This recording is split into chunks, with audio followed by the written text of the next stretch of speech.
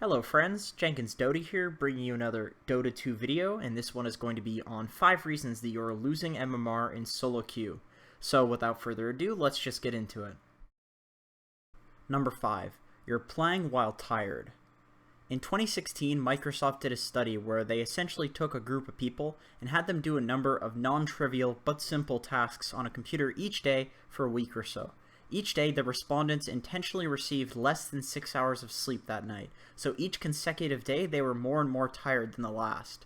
Each day, they recorded the number of keystrokes and mouse strokes that it took each person to complete the tasks, and they discovered that each day of a poor night's sleep resulted in an exponentially worse performance the very next day in terms of both mouse and keystrokes. Needless to say, the tasks that Microsoft had their respondents complete are nowhere near as challenging as a game of Dota. So clearly playing Dota while tired will give you similar results to the findings of this study. Exponentially worse results the more tired you are. The problem with Dota, however, is that people, myself included, tend to stay up past their regular bedtime to binge queue until they win a game. This is just a trend. This sort of thing typically results in a tremendous amount of lost MMR because the more you lose, the more you want to win just one game. But the later you stay up, the more and more tired you'll get and the worse that you're going to play. It's a vicious cycle that should be avoided for the sake of your MMR. Number 4. You're queuing at a bad time. The majority of people who play Dota seem to be playing on a pretty similar schedule for whatever reason, and I don't know what the actual statistics are, but I imagine that the majority of gamers in general have a fairly similar schedule simply because society, at least in North America, runs on a 9 to 5 schedule. So even if gamers aren't in school or working a 9 to 5 schedule themselves, people around them usually are, so it makes it more likely that their schedule will be something similar. You can actually do a test yourself to see if there are a lot of people queuing in your region at a particular time. I would encourage you to try queuing for party queue at midnight versus around 3 a.m. and you're going to see a massive difference in queue time. You might not even find a game at 3 a.m. But the problem with solo queue is that no matter when you queue, you're going to get the same queue time because the pool of players is always going to be large enough to find you a game, but it's just much more likely that the game is going to be much lower quality than what you were used to in terms of behavior score, language preferences, and all of those metrics.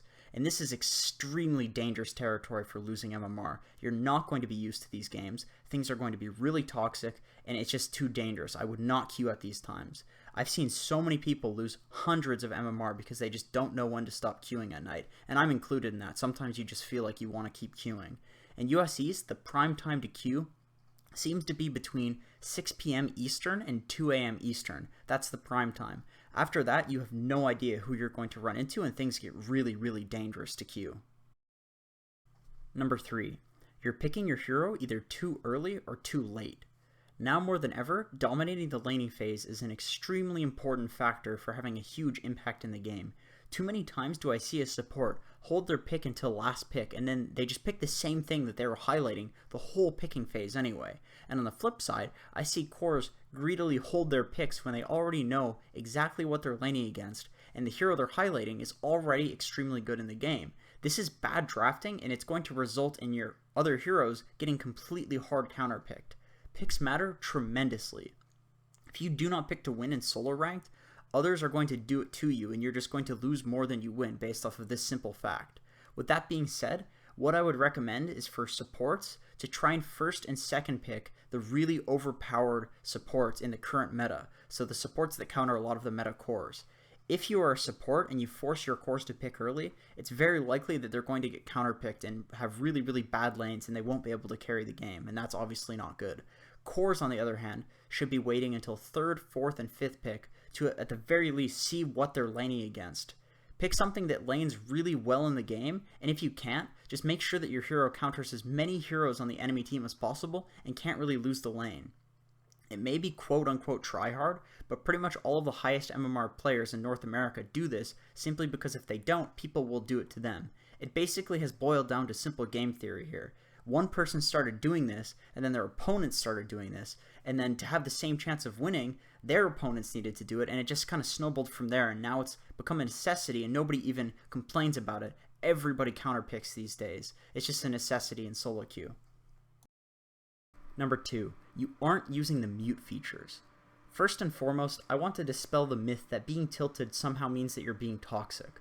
almost everybody can get tilted in some way, but not necessarily everybody becomes toxic. Some people get sad, some people get angry, some people become apathetic and they stop trying or they start screwing around. But in any case, no matter what your emotional response is, you don't want to let any of these emotions control your play, especially if they're being controlled by somebody else who's being toxic, whether they be your teammates or somebody on the enemy team. Conveniently, there are 3 mute features in the game to cover all bases depending on what mood that you're in. The way that I see it, there's essentially a triangle of tiltability, and as the triangle increases in size downwards, so does your level of tiltability. And there are 3 distinct levels in the triangle, one for each mute feature.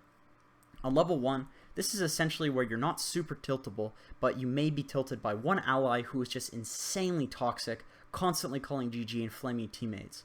The response to this level of tilt is to simply use the individual mute feature that's located in the scoreboard when you think somebody's going to behave like this. On level 2, this is the level where you may get tilted by flaming and ribbing coming from the enemy team. For example, if you die trying to kill somebody and the enemies immediately question mark you in all chat, if this will tilt you in your current mood, then make sure that you go into the options and turn on the mute all chat from enemies option. The bottom line is that your enemy should not be able to control how you play or make you play differently by chatting to you in all chat. You don't want to give them that advantage because you want to gain MMR. On level 3, this is kind of the ultimate level of tiltability.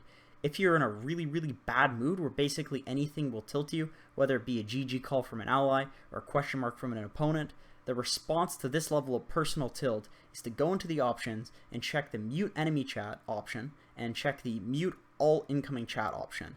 This is essentially going to make it so the only way you can communicate in Dota is through pings, chat commands, and sound bites, which is honestly a pretty pleasant experience if you ask me. Depending on how I'm personally feeling, I use all 3 features interchangeably. For me personally, this is kind of the biggest thing on the list that I've used for gaining MMR in the past couple of weeks. Since I started using the mute features religiously, I've gained over 800 MMR. I would highly recommend this for anybody who finds themselves at all emotionally invested in a game of Dota. Number 1. The Gamblers Fallacy. According to Wikipedia, the definition of the Gamblers Fallacy is the mistaken belief that if something happens more frequently than normal during a period of time, then it will happen less frequently in the future. In terms of a real-life analogy, an example of this is if you flip a coin 10 times in a row and you get heads every time, you may think, wow, what are the chances? I'm definitely not going to get heads next time, that would be such a low chance. But really, the chances of getting heads that time is going to be exactly the same. It's still a 50-50, you're still just flipping a coin. And in Dota terms, the fallacy is the idea that if you're on a loss streak and you keep playing until you win, hey, you're more likely to eventually win because what are the chances that you keep losing? There's no way you can keep losing. Similar to flipping a coin, the chances of winning are still going to be the same, if not worse, because unless you're Gandhi, you're probably in a pretty bad mood because of the major loss streak that you're on. So as you play, it's actually going to get worse and worse, and clearly something in your formula isn't working. So if you're having a bad day, what I would recommend is just calling it quits. Don't risk queuing for more when something clearly isn't working. And I know that sounds counterintuitive. If you want to gain MMR, don't queue as much. But it's just so easy to fall victim to this gambler's fallacy. This is actually probably the #1 reason for huge MMR losses, at least in the 6 to 7k bracket that I've seen. I've seen people fall from 7k to 5.5k over a period of 3 days because they just won't stop queuing until they win, until they feel like they're back on that upswing.